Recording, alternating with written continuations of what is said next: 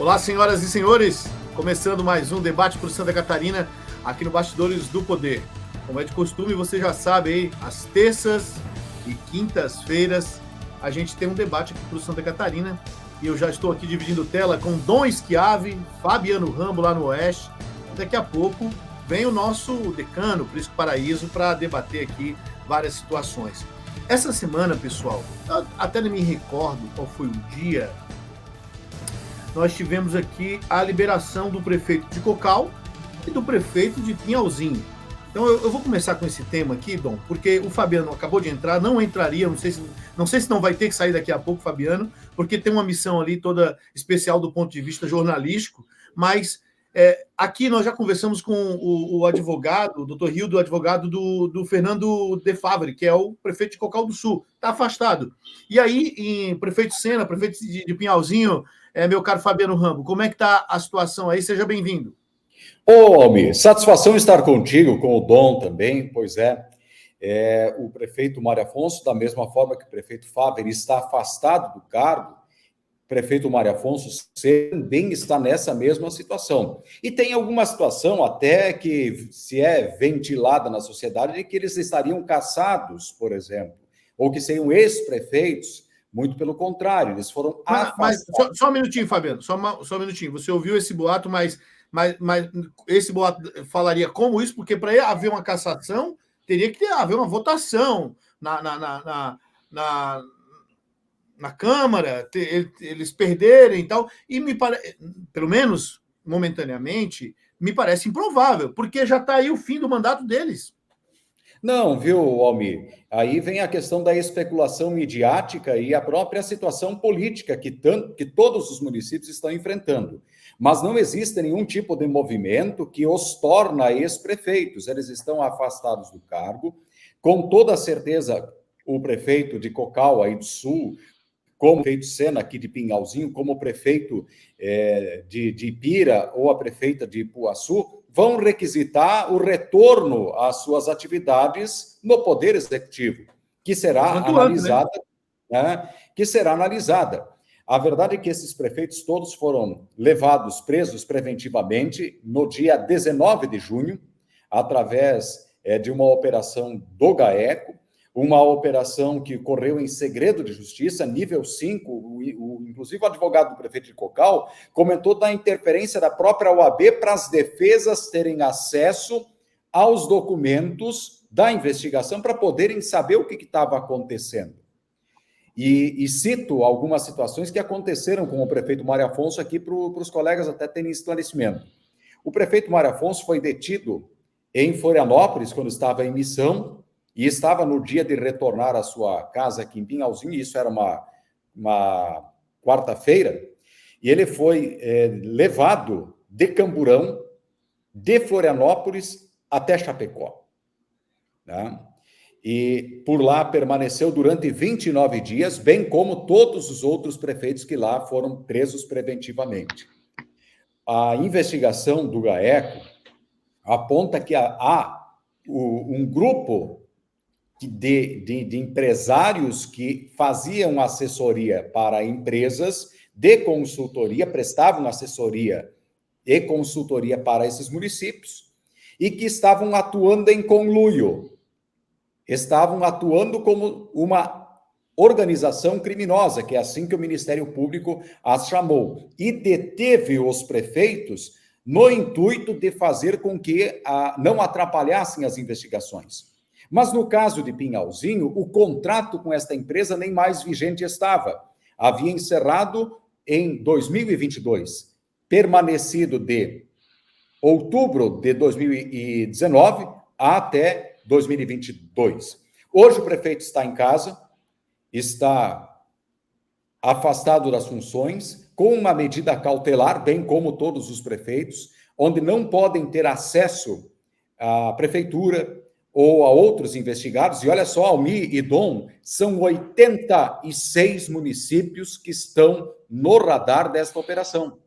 Então, ou seja, essas empresas estavam atuando em todo o estado de Santa Catarina.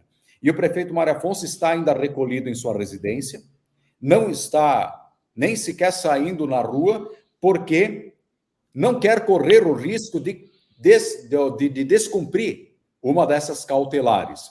Mas ele disse a mim, por telefone agora há pouco, que foi muito bem tratado pela Justiça, confia na Justiça, ele foi bem tratado pelos agentes penitenciários, teve o respeito necessário, disse que foi um período de também grande reflexão sobre a sua vida, disse que neste momento está muito tranquilo, porque ele sabe da sua inocência, afirmou com serenidade que volta à prefeitura porque as acusações que estão contra ele são rasas, diria até de certa forma levianas, mas que ele acredita que a verdade será logo surgida, vai aparecer esta verdade muito em breve.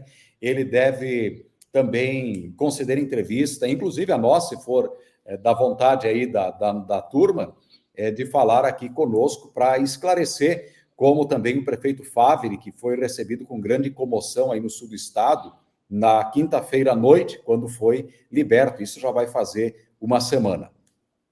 Bom, o que eu vejo, Dom, assim, ouvindo as falas do Fabiano, que conversou com o prefeito, e também recapitulando aqui a fala que nós tivemos com o advogado do prefeito Fernando de Favre, e aqui sem fazer julgamento da conduta e das ações de ninguém, apenas como um fato jornalístico. Eu nunca vi nenhum candidato dizer, não, realmente eu era corrupto, eu estava desviando dinheiro e tal. Todo mundo se diz inocente, né? E a lei, a justiça, teoricamente, deveria garantir isso, né? De que todo mundo é inocente até que se prove o contrário.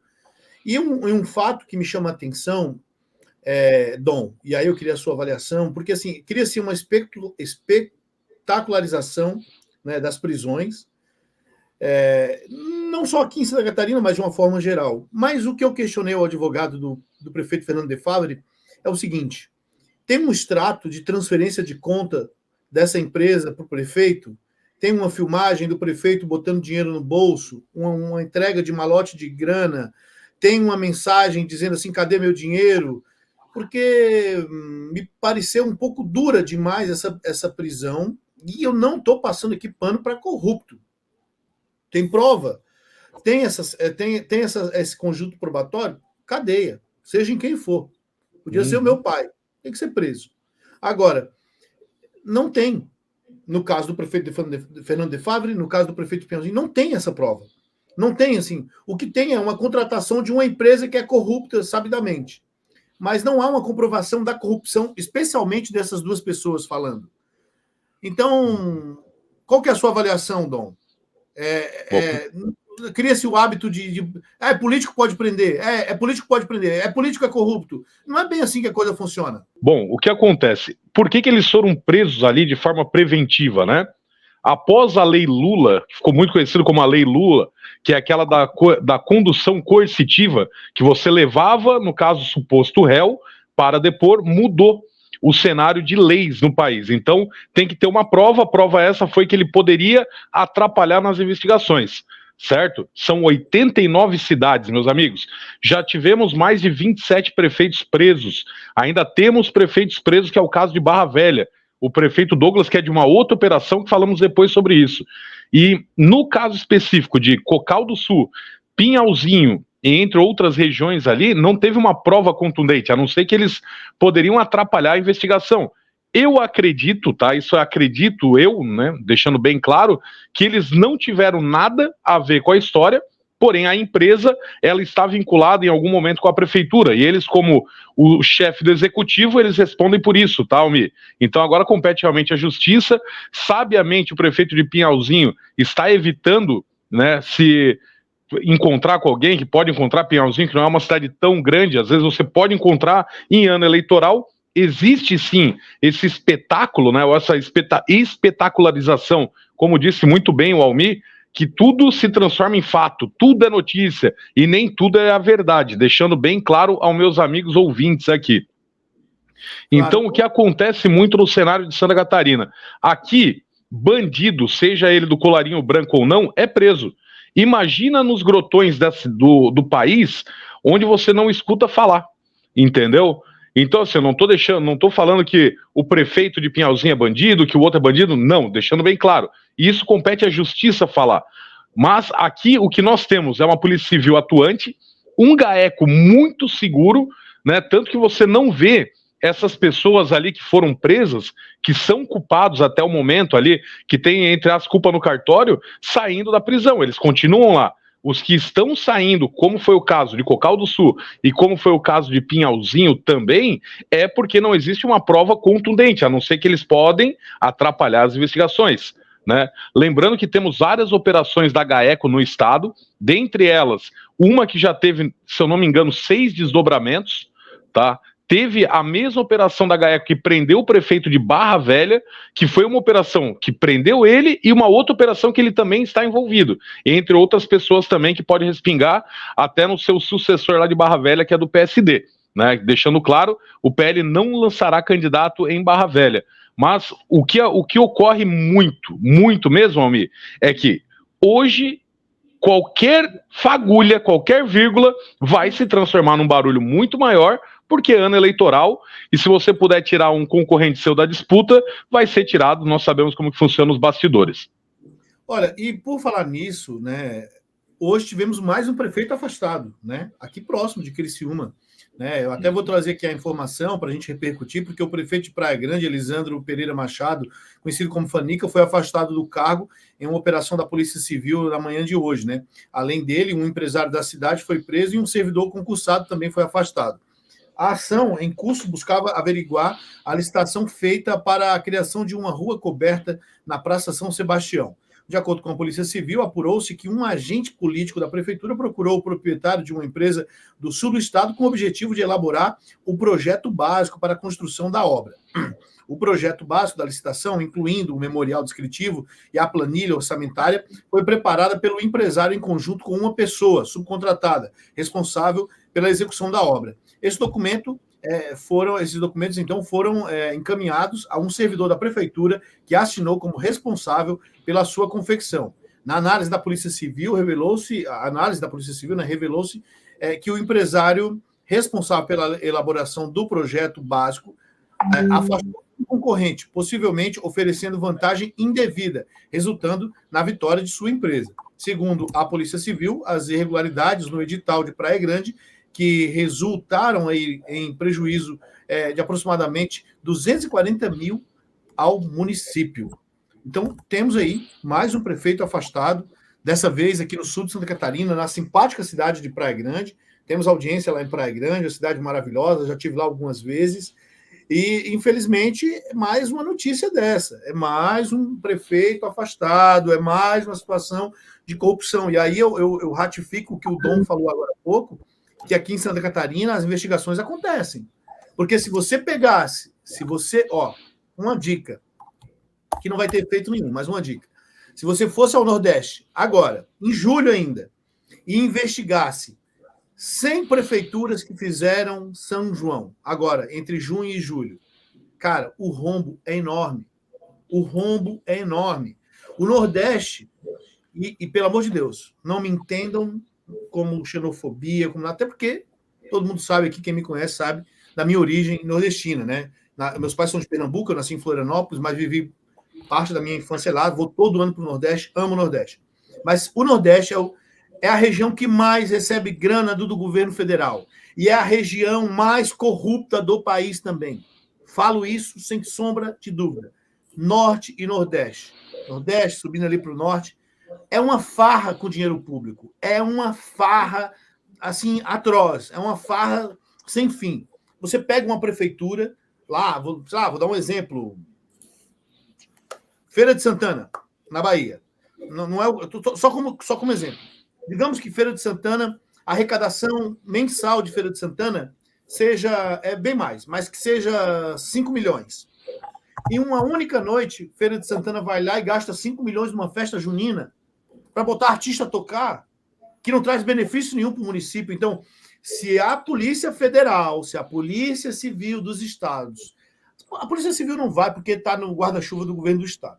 Mas se a Polícia Federal for ao Nordeste e pegar contrato por contrato, licitação por licitação, e o detalhe é que essas Essas festas juninas lá no Nordeste, elas não são com licitação, elas são com contratos de inegibilidade, que é o caso aqui da operação que terminou prendendo o Fernando e o prefeito de Pinhalzinho. Então, eu gostaria muito que a Polícia Federal fizesse uma operação assim, de um ano. Vamos acampar um ano aqui no Nordeste e a gente vai revisar prefeitura por prefeitura. Não sobraria um prefeito. Vai por mim. Não sobraria um prefeito e, quiçá, governador. Entendeu? Porque o negócio lá é muito sério. Infelizmente, Fabiano, a gente está à mercê dessas coisas, né? E aí vem a eleição, agora vem a eleição municipal. Aí fala-se, olha, escolha os seus candidatos. E nós, eleitores, nós, a sociedade, temos culpa nisso. Aí nós temos culpa porque nós botamos essas pessoas lá. Mas aí eu te pergunto, meu caro Fabiano, tem políticos honestos? A gente encontra políticos honestos que não se envolvam em casos de corrupção? Encontra. Eu digo para ti, Almir, que se encontra. E eu vou falar... Concordo, Fabiano. Tranquilidade, com muita tranquilidade, eu posso falar do prefeito Mário Afonso. Tá? Eu o conheço há 30 anos. Tá? É uma pessoa que eu não tenho dúvida. Mas o que acontece nesses movimentos todos, Almir, é que, obviamente, que há uma investigação e elas precisam acontecer. Não há problema em acontecer, muito pelo contrário, mas elas precisam ter elementos sólidos para culminar num ato de agressão violenta, que é um pedido de prisão. Tá? Eu vejo que, neste caso em específico, os prefeitos poderiam ter sido afastados do cargo para haver a investigação, Almir. Certo? Seria muito menos violento da parte da justiça. Certo? Mas não foi esse o entendimento. Eu não sou especialista em lei. Agora, esse tipo de situação acaba afastando pessoas que poderiam participar das eleições, pessoas boas, tá? Que não necessitariam do salário de prefeito. Hoje, o prefeito de Pinhalzinho, Almir, o salário do prefeito é R$20 mil. Então, você vai pegar um empresário para ganhar R$20 mil, ele não vai fazer isso. Ele não vai fazer isso. Ou vai achar uma pessoa competentíssima, como no caso de Pinhalzinho, para ganhar R$7 mil e ser secretário municipal, tá? E ter talvez toda a sua vida num simples ato também, toda jogada na lama, para usar uma expressão simples. Mas eu acredito que há bons prefeitos. Eu acredito que há bons políticos. Eu não tenho dúvida com relação a isso. E Santa Catarina tem bons políticos, tem bons prefeitos, tem boas pessoas que participam da vida pública. E eu gostaria de continuar a acreditar nisso. Agora, é evidente que agora voltando especificamente ao caso, houve uma investigação e houve estas prisões. Claro que, no momento pré-eleitoral, se cria uma agitação. O prefeito Sena não é mais candidato à reeleição, ele já foi reeleito. Tá? Agora, o Fernando Faveri, para usar o exemplo aí do Sul, ele poderia, e não sei se vai, concorrer à reeleição ainda. Então, ou seja, ele estará numa situação de concorrência totalmente diferente daquela que ele esperava concorrer. E aqui, em âmbito local, muitas pessoas que estavam propensas a concorrer a um cargo público, de vários partidos, disseram o seguinte: não vou mais, porque olha o que aconteceu lá com o prefeito Sena, eu não vou mais. Eu não vou querer entrar nesse negócio aí. Então, é delicado esse ambiente, viu, Almir? Eu vou trazer o Prisco para a discussão, o Prisco já está aqui, vamos dividir tela com ele, e já vou começar, Prisco, te cumprimentando, seja bem-vindo. Hoje tivemos mais um prefeito afastado aqui em Santa Catarina, o prefeito de Praia Grande, e era sobre isso que a gente estava repercutindo até a sua chegada aqui. Santa Catarina tem uma cruzada aí contra a corrupção muito grande, e a Polícia Civil afastou mais um prefeito. Santa Catarina, ao mesmo tempo que é criticada por ter tantos prefeitos presos, passa também a ser um exemplo de combate à corrupção. Por isso. É isso mesmo, meu caro Almir, Rambo, Dom. Ainda bem que nós temos um Ministério Público e uma Polícia Civil atuantes. O GAECO na rua, é isso mesmo. É lastimável sob o aspecto de que passamos tanto tempo sem frequentar a classe política, as páginas policiais. Na Lava Jato, passamos completamente fora do alcance. Só que depois é a Operação Mensageiro, é a Presságio, que também está aí com o secretário e ex-vereador preso, e agora também essas outras operações. Isso é muito triste, porque Santa Catarina sempre foi tida como um estado de excelência, também na reputação dos seus representantes. Agora, isso tem que ocorrer. Agora, o lamentável mesmo, para fechar o raciocínio, é que eles não se sentem intimidados, não. Continuam livres, leves e soltos, aprontando, praticando maracutaias, são presos, mas parece que não estão nem aí. Ou seja, eles não têm o apreço mínimo à sua própria biografia, à sua própria trajetória. E se não tem a si próprio, aos seus familiares, mulher, filhos, que pelo menos tivessem em relação aos seus antepassados, já que estão a herdar o sobrenome. Mas não. A sociedade está doente. A sociedade está doente porque o cidadão é preso, é denunciado, é condenado, não está nem aí. Claro que não estou generalizando. Tem pessoas de bem que, ao mínimo, ao menor sinal, ficam abaladas. Mas nesses casos que nós estamos acompanhando hoje, ou ultimamente, isso não vem ocorrendo, meu caro Almir. Muito bem, vou aproveitar aqui para a gente já estar com você com tela cheia aqui, para quem está nos acompanhando pelo YouTube, Prisco, e comentar sobre a decisão da vice de Topázio Neto em Florianópolis, né? Então, definido quem será o vice de Topázio Neto, Mariane, que é Mariane Matos, se não me engano, no sobrenome dela, acho que é Mariane Matos, né? Mariane Matos. Mariane Matos. Definido, então, o vice de Topázio aí, e as informações que a gente recebe é que foi o governador Jorginho quem optou por ela, né? O Jorginho está com poder muito grande em relação à decisão de uma prefeitura que hoje é do PSD. Bom, eu diria o seguinte, Jorginho Melo está, até pela sua condição de presidente do partido, ele está pilotando, definindo candidaturas, coligações.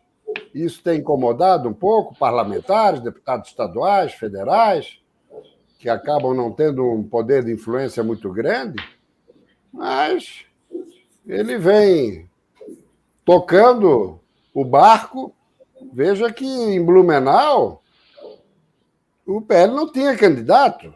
Ivanato já havia disputado, não tinha competitividade, não queria Mário Hildebrand no PL, o governador trouxe, e depois também trouxe do PTB, no momento que iria se filiar ao MDB, Mário Hildebrand era do Podemos, trouxe Egídio Ferrari, como disse, já comprometido com o MDB, participava de reuniões da bancada, na Assembleia e tudo mais.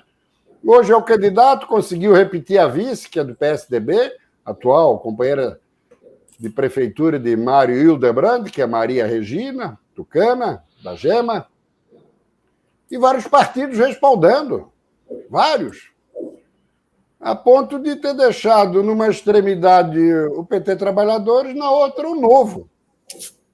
Ah, mas o Alba vai disputar? Estou falando de candidaturas com alguma viabilidade eleitoral enquanto densa sob o aspecto popular. Então, Egídio tem chance de liquidar no primeiro turno. Ana Paula Lima pelo PT e Odair Tramontim pelo Novo vão ter que fazer bastante voto. Porque Egídio vai receber o apoio de um quarteto explosivo sob o aspecto do potencial eleitoral. Jair Bolsonaro, Jorginho Melo, Mário Hildebrand e João Paulo Kleinben, 2 vezes prefeito. Esse quarteto pode fazer com que a eleição seja decidida já 6 de outubro. Falando um pouco de Blumenau, Dom, eu queria a sua opinião, porque Blumenau já teve um prefeito do PT com aprovação de 77%, ou aproximado de 80%, que é o estimado Décio Lima, que hoje está no Sebrae, né? Então, Santa Catarina, ela mudou ao longo dos anos aí, já teve algumas prefeituras aí com PT e hoje estão à direita da direita. Na verdade, Santa Catarina não mudou. Eu quero pegar um gancho numa frase do Prisco e continuar nessa narrativa, tá, Almi? O que acontece é que aqui realmente o povo tem a cultura da cobrança, entendeu? Vai lá e cobra. Aqui em Balneário Camboriú, o bolo de aniversário da cidade que foi servido no sábado, bolo esse de 60 anos dessa bela cidade de Balneário Camboriú, saiu primeiro que seria R$500 mil o bolo, tá? Junto com o casamento aqui, que é muito tradicional, um casamento comunitário. E aí a opinião pública caiu matando, junto com a imprensa também, e esse bolo saiu pela bagatela de R$360 mil, tá? O bolo de aniversário da cidade e o casamento. Então a opinião pública daqui, juntamente com a GAECO, juntamente com a imprensa, fica em cima mesmo e faz um diferencial contra outros estados ali. Voltando à tua pergunta, Joinville também já teve um prefeito de esquerda que foi Carlito Merz. Governo na época Dilma Rousseff, né? Sucessão de Lula, podemos falar de Lula terceiro nesse caso, né? Então, o que Santa Catarina queria era algo novo, uma inovação, uma política diferenciada, né? E votaram no PT ali, grande maioria, pensando que seria realmente essa Mil Maravilhas, e viu o que o partido fez ali pelo estado de Santa e Bela Catarina, tirando eles do poder e defenestrando. Hoje são poucas as cidades em Santa Catarina que tem um prefeito do PT ou consegue eleger um deputado, apesar da locomotiva ainda ser forte, principalmente na região do nosso amigo Fabiano Rambo, tá? Mas se você olhar os grandes polos de Santa Catarina, Almir, Blumenau, Joinville, Chapecó, Criciúma, o PT, ele tem uma média de 10 a 12% dos votos válidos, entendeu? Essa é a média do PT no estado, entendeu? Em grandes centros ali. O que acontece é nas coligações que o PT faz com outros partidos de esquerda, em alguma delas até com centro-esquerda ali, que traz todo esse apoio, facultando às vezes chegar até 30%, levando até um segundo turno, como vamos ter em algumas cidades aqui em Santa Catarina. É isso, Fabiano Rambo? Bom, nessa questão do cenário eleitoral, o Dom tem razão. Em 2008, especificamente, aqui no Oeste, deu uma avalanche de prefeitos do PT. Foi uma época que, inclusive, a nossa cidade foi governada por 8 anos pelo Fabiano da Luz, à época um vereador de primeiro mandato que acabou eleito prefeito da cidade. Então, é fato isso. Então, houve esse momento todo, e Santa Catarina também experimentou prefeituras do PT. Chapecó foi governada pelo PT em 2 ocasiões, com José Fritz e Criciúma também. Criciúma também. Então, ou seja, a Santa Catarina experimentou esses governos mais relacionados ao PT. Agora, evidentemente, foi a única vez até então, porque depois já houve mudanças. Em Chapecó, por exemplo, a ascensão de João Rodrigues em 2004. Então, teve esse momento. São Miguel do Oeste, no extremo oeste, também teve governos do PT. Várias cidades tiveram, a exemplo de Blumenau, Joinville, enfim. Tá? E agora, voltando à eleição da capital, o Prisco comentou, né, de um pouco do cenário ali, e a surpresa, para mim, foi realmente a União Brasil com o Dário Berger. Tá? Dário Berger, do PSDB, se filiou em abril e depois lançou sua pré-candidatura pelo partido. E ainda há pesquisas internas que apontam que o Topázio Neto leva no primeiro turno, neste momento. Agora, se for para o segundo turno, não sei, o Prisco, que mora aí na capital e acompanha isso tudo, não sei como é que vai ser. Da mesma forma, em Criciúma, viu, o Almir, tem a situação dos republicanos que me chamou a atenção. Que parte dos republicanos vai com a candidatura que deverá ser levada de Ricardo Guide e parte quer ficar com a candidatura ou com a pré-candidatura do Vaguinho, apoiada pelo Clésio Salvaro. Então, essa eleição, meus amigos, está muito truncada em todo o estado. Mas a questão dos republicanos aqui em Criciúma, eu acho que é até caso liquidado e também é caso para a opinião do Prisco, porque hoje quem lidera o republicanos, mesmo não estando nele, é o governador Jorginho, né, Prisco? Exatamente. É importante a gente raciocinar essa questão dos republicanos, porque é um partido essencialmente fisiologista. Negócio de igreja, de televisão, é aquela confusão. Jorginho Melo trouxe para o seu guarda-chuva e para lá despachou o deputado federal Jorge Goetteng, tendo como vice o seu irmão Juca. Né? Mas algumas resistências são verificadas. Na terça-feira passada, Bruno Melo, primogênito do governador, que é o primeiro vice-presidente do diretório estadual, me disse que Criciúma já estava acertado. E menos de 24 horas o apoio se consumou. Tem alguns gatos pingados, descontentes, que acabam dando ali o apoio para o adversário, mas o CNPJ e o Tempo de Televisão serão de Ricardo Guide. Muito bem. Nós temos o caso também de Itajaí. Esse é o mais traumático, porque os republicanos, que tem ali junto uma série de partidos controlados, estavam, o republicano e os demais, estavam fechados com o Robson Coelho, do PL. Mas quando Jorginho, para acertar internamente o PL, precisou entregar a vice para o vereador Rubens Angioletti, aí a turma do republicano encrespou. Daí fechou com Osmar Teixeira, do PSD. Só que não é essa a solução que Jorginho Melo deseja. E interlocutores seus já me disseram que, se não for no amor, vai ser na força, de cima para baixo, com o presidente Marcos Pereira entrando no processo. E existe também a possibilidade, lá em Itajaí, do PL até abrir mão do partido em si. Até porque já tem bastante tempo de televisão, quem está precisando, Robson Coelho, quem está precisando é Osmar Teixeira. Porque a maioria dos candidatos a vereador, as principais lideranças, já estão com o Robson. Eles estão raciocinando o seguinte: olha, temos perspectivas de vitória.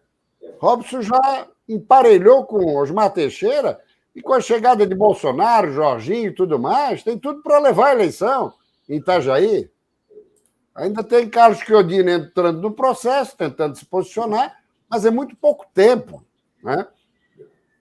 De qualquer forma, daqui a pouco vamos ganhar a eleição e esse grupinho aí que está querendo tirar muita vantagem, porque aí entra o jogo, né?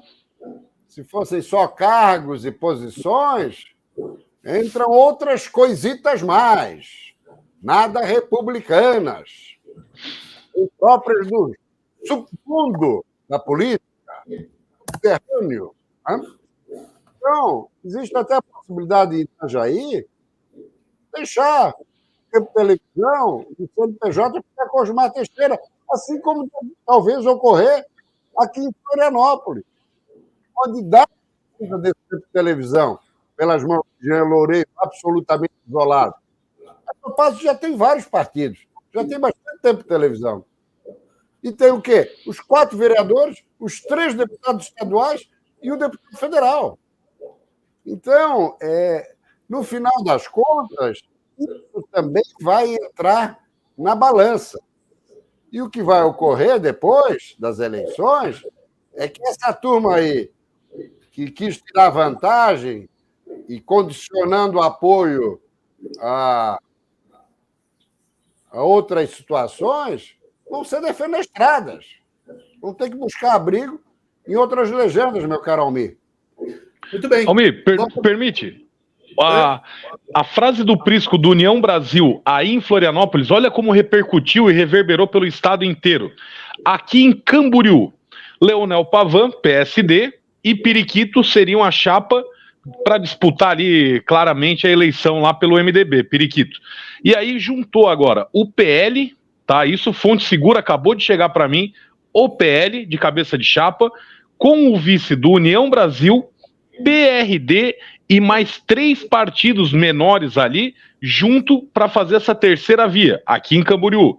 Em Balneário Camboriú, firmaram o apoio a Juliana Pavão.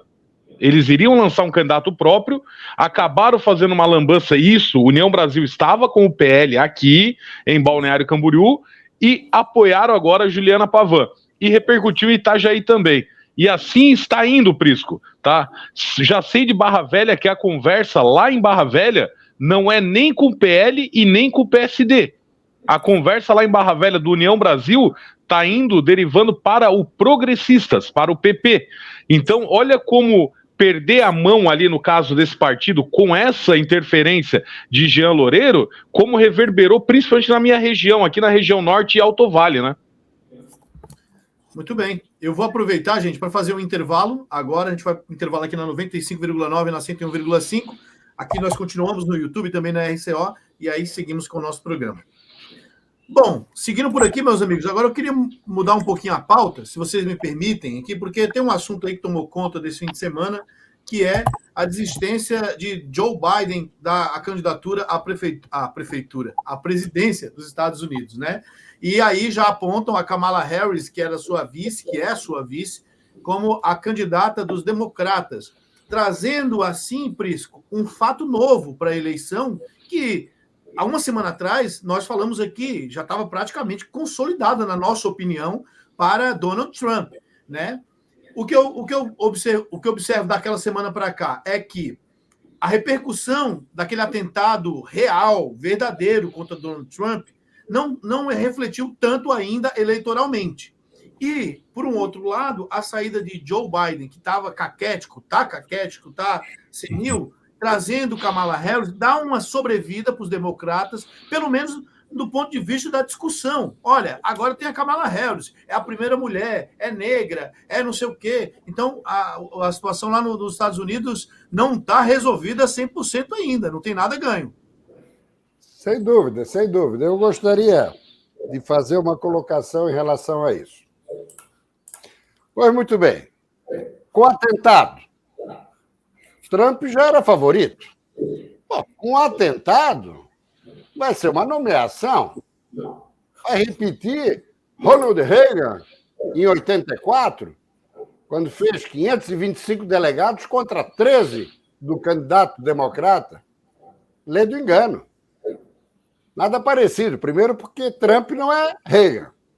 Esse é o primeiro aspecto. Reagan fez um primeiro governo fantástico nos Estados Unidos. Trump teve suas controvérsias na sua passagem. Esse é o primeiro aspecto. Segundo aspecto é o seguinte: com a desistência de Biden, num gesto altruísta, de grandeza, ele conseguiu abafar a crise no Partido Democrata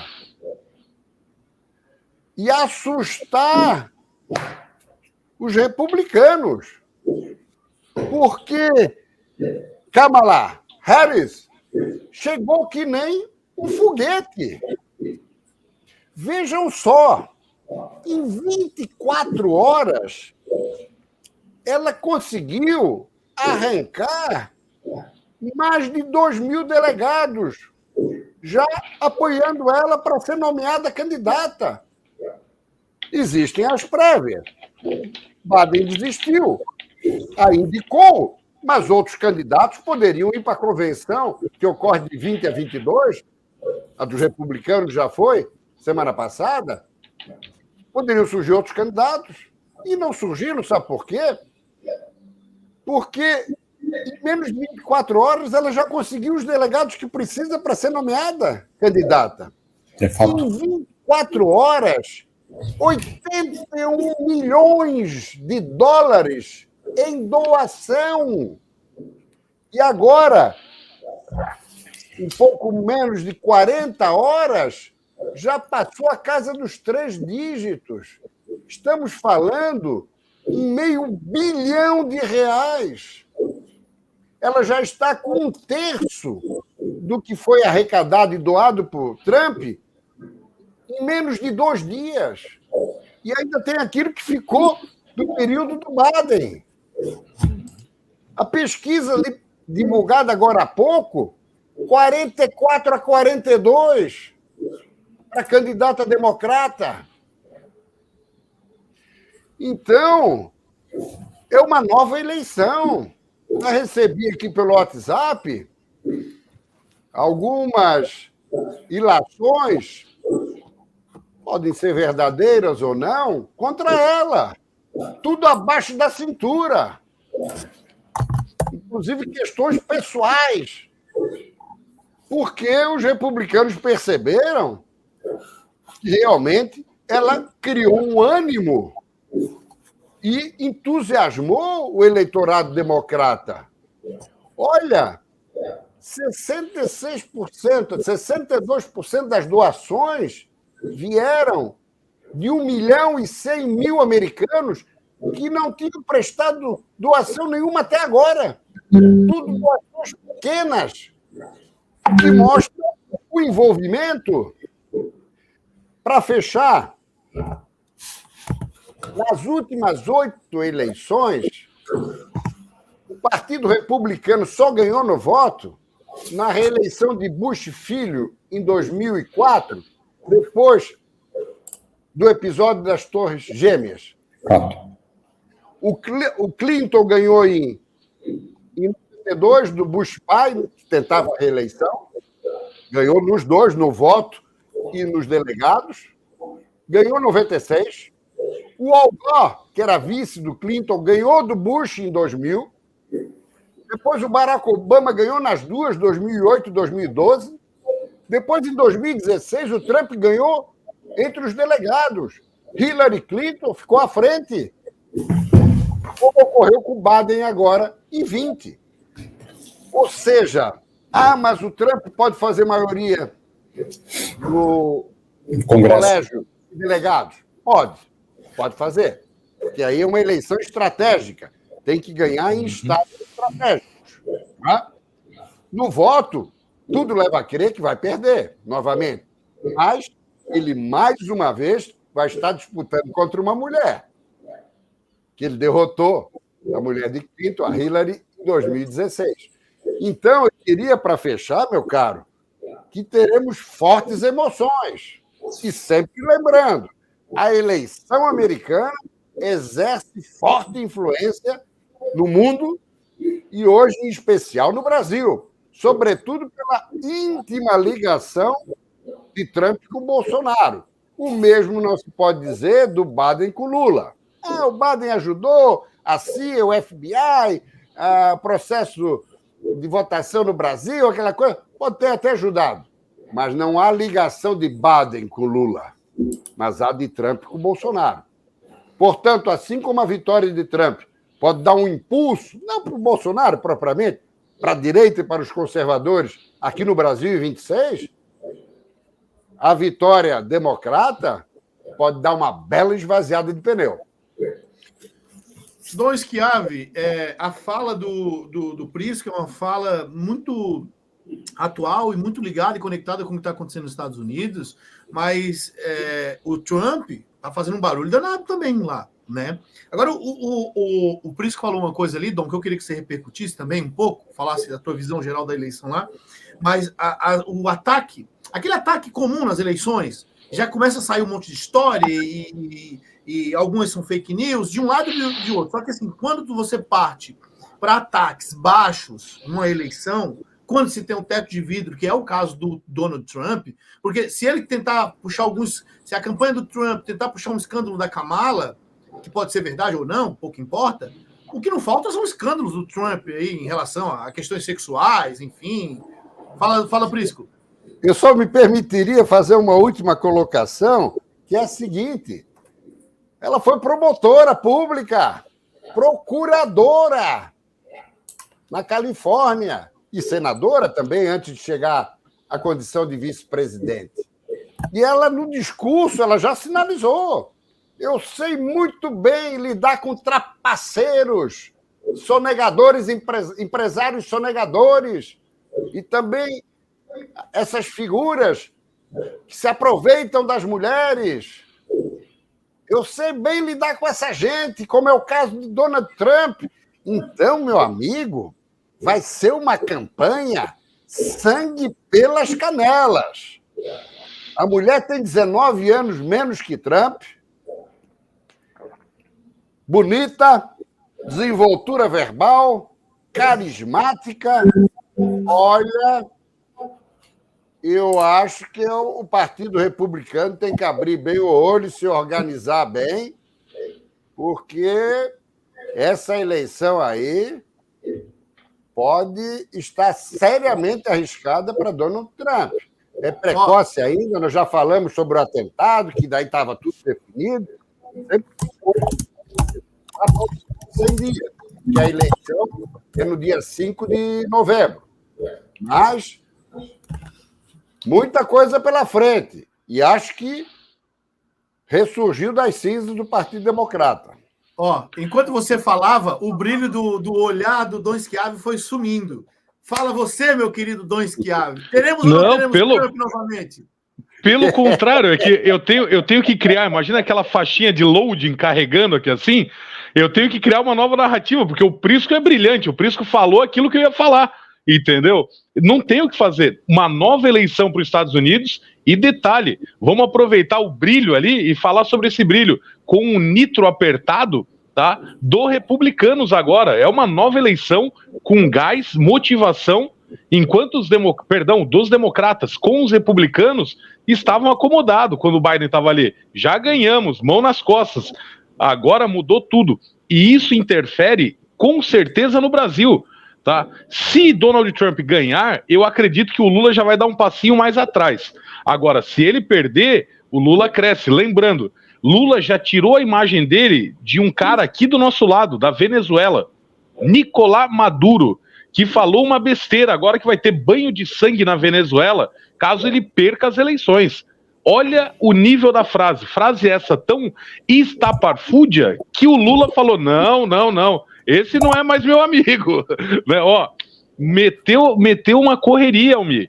Entendeu? Então aqui, do nosso lado, a gente tem que estar mais ligado agora na eleição da Venezuela do que nos Estados Unidos. Mas a eleição nos Estados Unidos mudou 100%. E se tiver o efeito de mais uma mulher negra, bonita também, muito conceituada, chamada Michelle Obama, vindo de vice é Kamala, né? Kamala Harris, no caso, né? Não é Camila. Da Kamala? Diz que ela já tá com a mala pronta para ir para... Pode, olha, já tá com a mala quase dentro da Casa Branca, hein, meu amigo? Porque Michelle... É Kamala Harris. Kamala Harris. Kaká pros íntimos, né, Prisco? Agora conversando durante a semana ali no grupo do WhatsApp, né, Almir, sobre a Michelle Obama, mas eu recebi aqui uma matéria muito interessante. O Obama não havia se manifestado. A ex-presidente da Câmara, aquela velhota de 80 anos, esqueci o nome dela agora, que é muito ligada ao Obama, também não tinha se manifestado, porque estavam preparando para empurrar a Michelle. Mas como a Kamala deu uma decolada assim, vigorosa e meteórica, recolheram. Mas o jogo era para botar a Michelle. Ô, Prisco, vamos lá. Saiu agora há pouco. O Obama foi o principal responsável pela derrocada do Biden. Foi. O silêncio dele e as articulações de bastidores forçaram o Biden a desistir. Sim. Não, mas aqui não dava mais pro Biden, né, o Prisco? Vamos ser Claro que não. sinceros. Não dava. Duas coisas. Mas ele queria empurrar a mulher. E o Biden empurrou a vice. Duas coisas importantes a gente levar em consideração. Vamos lá. Saiu pesquisa agora há pouco da Ipsos Reuters, que já apontou Kamala Harris como favorita já nas eleições americanas. Na pesquisa, que foram ouvidas no total de 1.241 adultos e 1.018 eleitores registrados, ela tem 44 contra 42 de Trump. Agora, Biden, quando foi para o debate e perdeu a produção de presidente norte-americano, o script de presidente norte-americano, a maquiagem de presidente norte-americano, se mostrou quem ele era de verdade. E isso, não há dúvida, que fortaleceu a ideia de que ele não estava pronto. Ele nunca esteve, talvez, pronto.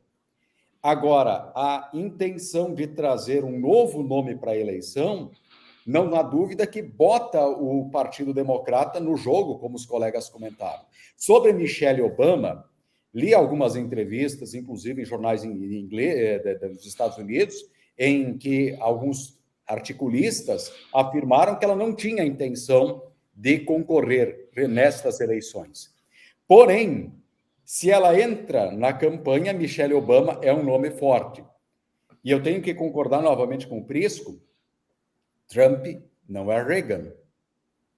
Tá? A situação no mundo à época é muito diferente. E se o jogo baixo vier, como já é tradicional na política norte-americana, porque a pauta de costumes é muito evidente, quem tem mais telhado de vidro nesse contexto, não há dúvida, é no Donald Trump, onde Kamala Harris pode se parar de vítima e levar a eleição. Claro que ainda não está claro, Almir, se a questão do atentado contra Trump trouxe ou não trouxe benefícios político-eleitorais. Agora afirmo, não será igual no Brasil, porque Bolsonaro levou uma facada que quase o tirou a vida, mas o candidato de oposição a Bolsonaro à época era Fernando Haddad, né? Vamos e viemos. Então não há nem comparação. O Haddad, que é o homem mais conhecido hoje no Brasil, né? É meme dele para tudo quanto é lado, né? É verdade. É Nancy Pelosi, aquela que foi presidente da Câmara Democrata, que, inclusive, quando o Trump era presidente e foi fazer um discurso no Congresso, ela estendeu a mão para o Trump fez que não viu. Ela ficou com a mão no ar. Isso. O que acontece é o seguinte, lá nos Estados Unidos, existe os conservadores, que são o Partido Republicano, e os menos conservadores, só um pouquinho menos conservadores, que são os democratas, mas não são esquerda. Não esquece a esquerda do Brasil achar que democratas são... Não se esqueça que o Partido Democrata é o que mais apertou o botãozinho ali do Guerra On. É tudo com os democratas. Não podem ver um conflito que eles adoram entrar em guerra. O próprio Biden, quando era senador, assinou embaixo para que Bush invadisse o Iraque, invadisse o Afeganistão. Então, tem que ter um pouquinho de conhecimento de política internacional para poder fazer um comentário ou achar que os democratas são... Eu diria que eles são um pouquinho mais progressistas do que os republicanos. Porém, não são nossos melhores amigos. Uma espécie de PSDB, Almir. Boa colocação. Perfeito. Boa colocação. E outra, o Biden foi 27 anos senador, dos quais mais de 20 presidente da Comissão de Relações Exteriores do Senado. Por isso, a sua observação em relação ao Bush está pertinente e procedente. Eu li aquele livro chamado Green Zone. Eu li o livro Green Zone, que é sobre a invasão do Iraque e tal, e quem chancelou aquilo na época foi o Biden. Né? Foi o Biden. A caneta de Minerva foi a dele. Sim, foi. E tem um outro detalhe que eu quero falar para vocês, é que assim, eu, Almir, sei da importância da eleição americana, mas eu ainda continuo achando que nós brasileiros estamos dando muita importância, sendo que os Estados Unidos olham para nós como um país de terceiro mundo, como uma sub-raça, e eles não estão nem aí se a gente está apoiando democratas ou está apoiando republicanos. Mas aqui é um programa de discussão, um programa jornalístico que faz total sentido a gente falar. Só que eu não vou tirar uma noite de sono preocupado realmente com as eleições. Mas antes de acabar o programa, deixa eu rodar a bola para você que é jornalista, o nosso âncora aqui, nosso mediador. Nós teremos agora Olimpíadas. Eu sei que você é muito ligado ao esporte. E a força política no Brasil fez com que a nossa primeira-dama, Janja da Silva, fosse no lugar do Lula para lá. O que você comenta sobre esse fato, meu irmão? Eu já comentei sobre isso hoje, meu caro Dom Schiavi, e assim, ó, vou juntar o COB, que é o Comitê Olímpico Brasileiro, e a CBF, que é uma outra entidade do futebol aqui. Eu acho umas entidades assim totalmente deploráveis. Eu não quero me aprofundar, mas a corrupção impera nessas como é que se fala? Nessas organizações. Então, assim, ó, a Janja ir para lá, eu não vejo problema nenhum. É a primeira dama do país, podia ser Michele, podia ser Maria, Luísa, Antônia, quem quer que fosse, cumprindo um papel institucional. O problema qual foi o legado que as Olimpíadas do Brasil em 2016, né? Teve 2016 aqui. Qual foi o legado que teve nesse país? Nada. Quantos atletas de Santa Catarina nós temos nas Olimpíadas, vocês sabem? Ninguém sabe, porque não foi feito nada, não ficou um legado nem da Copa do Mundo e nem das Olimpíadas. Nós temos 11 atletas catarinenses no comitê, na delegação brasileira lá em Paris. Mas o esporte no Brasil é só para mandar verba. Agora saiu um caso de corrupção no Rio de Janeiro, de academias, de uma ONG, que recebeu dinheiro para comprar 400 sacos de areia, de saco de pancada, que nem boxe tem na academia. Então, o COB, a CBF, é um exemplo do que é a política no Brasil corrupta, mas não é culpa das organizações e nem culpa dos políticos, é culpa nossa. A sociedade é corrupta. Eles estão lá, são reflexos do que a sociedade é. Então, assim...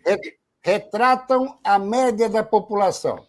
Exatamente. E eu sinceramente, como amante de esporte, acompanhei, acho que desde a Olimpíada de Barcelona, em 92, se eu não me engano, foi a primeira Olimpíada que eu lembro, depois a de Atlanta, enfim... Fui acompanhando ao longo dos anos, sou apaixonado pelo esporte, enfim. Mas assim, ó, dá um desânimo, dá uma tristeza tu acompanhar o futebol organizado pela CBF, a seleção na Copa América passando vergonha, a nossa delegação lá em Paris, que vai ficar lá nas últimas colocações, entendeu? Então, eu vejo muito mais hoje, Dom, com um olhar crítico, entendeu? Esse lance da Janja aí, que a direita aqui no Brasil, não sei o que, usa para fazer uma brincadeira, tá legal, tá válido, tal, mas ela cumpre um papel institucional, goste você dela ou não. Estou nem aí para isso. Estou mais preocupada com a nossa delegação, que não tem suporte no Brasil, e atletas profissionais que podem disputar ouro com 2 mudas de roupa para passar 30 dias. Isso é uma palhaçada. Eu ia falar sobre isso agora.